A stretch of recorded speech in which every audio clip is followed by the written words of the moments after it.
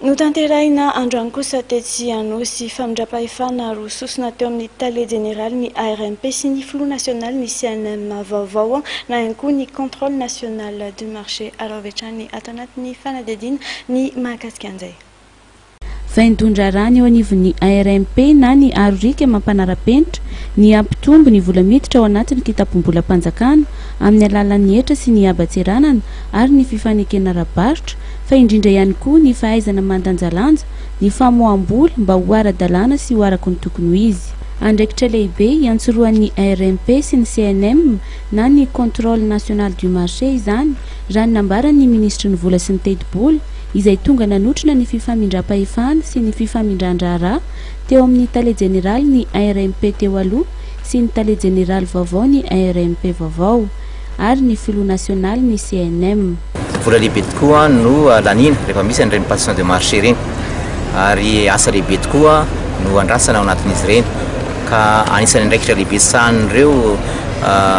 toeram-piasana anankitelo ireo izay fijerevana ny tokony ho ampiasana ny vola-panjakana araky ny lalàna izay. Dia izay moa zany no tena nampitaiko tamin'izao fandalovako sy fanatreako ireo passation de service anankitelo ireo mba tena hipakana amin'izareo zany ny hafatra hoe tokony atao araky ny lalàna ary ara-pahamarina ny asa ataony satria ametrahany fitondram-panjakana fanantenana lehibe tokoa zany asa ataon'izany mba ho fanazarana ny fampiasana vola-panjakana.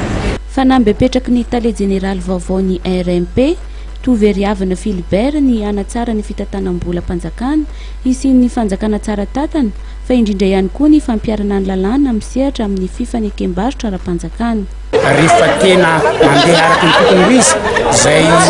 fifangatana tolobidy sy ny famalian'olona amin'izay dia midika zany raha ohatra ka atao mangarahara le izy aza atao mivelatra le izy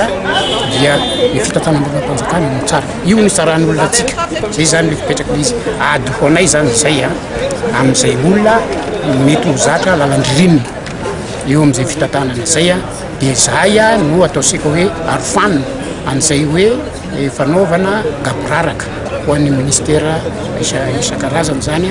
Miantso ny ambaratonga-pahefana rehetra misy eto Madagasikara ihany koa ny vaomeram-panaramaso ny fifanekem-barotra vaovao mba hanaja ny fifamoam-bola panjakana. Tena fanamby anisan'ny lehibe indrindra alohanay ao amin'ny vaomeram-panaramaso ataontsika hoe tolobidy panjakana dia ny ame ny gaboraraka amin'ny fampiasam-bola panjakana. Le atsotsika hoe procédure dérogatoire moa zany le hoe miavaka amin'ny mahazatra le hoe mivoaka amin'ny mahazatra izy zany tena hoe zany fehezina farak'izay ataontsika hoe misy faty olona amin'izay vao mety hiditra amin'izay izay tena hiantsoko ny ambaratonga ny fahefana rehetra eraky Madagasikara manomboka hatrany amin'ny farany tapony ka hatrany amin'ny farany ambany mihitsy ny fanajanana izay ataontsika hoe procédure famoam-bola panjakana izay mba tsy ho ireo lehibe indray no ampiseho ohatra ratsy ho an'ireo mpampiasa vola madinika dia izahantsika ho ampiseho hoe toy izao zany famoam-bola panjakana manaraka ny procédure normale. Nanambara ny Flou National vaovao ny CNM fa fanamby ny ameny gaboraraka ary anenana manomboka amin'ity taona 2024 ity sy ny taona mifandimby ary anena ny procédure de dérogatoire izay marobe tamin'ny taona 2024 lasa iny.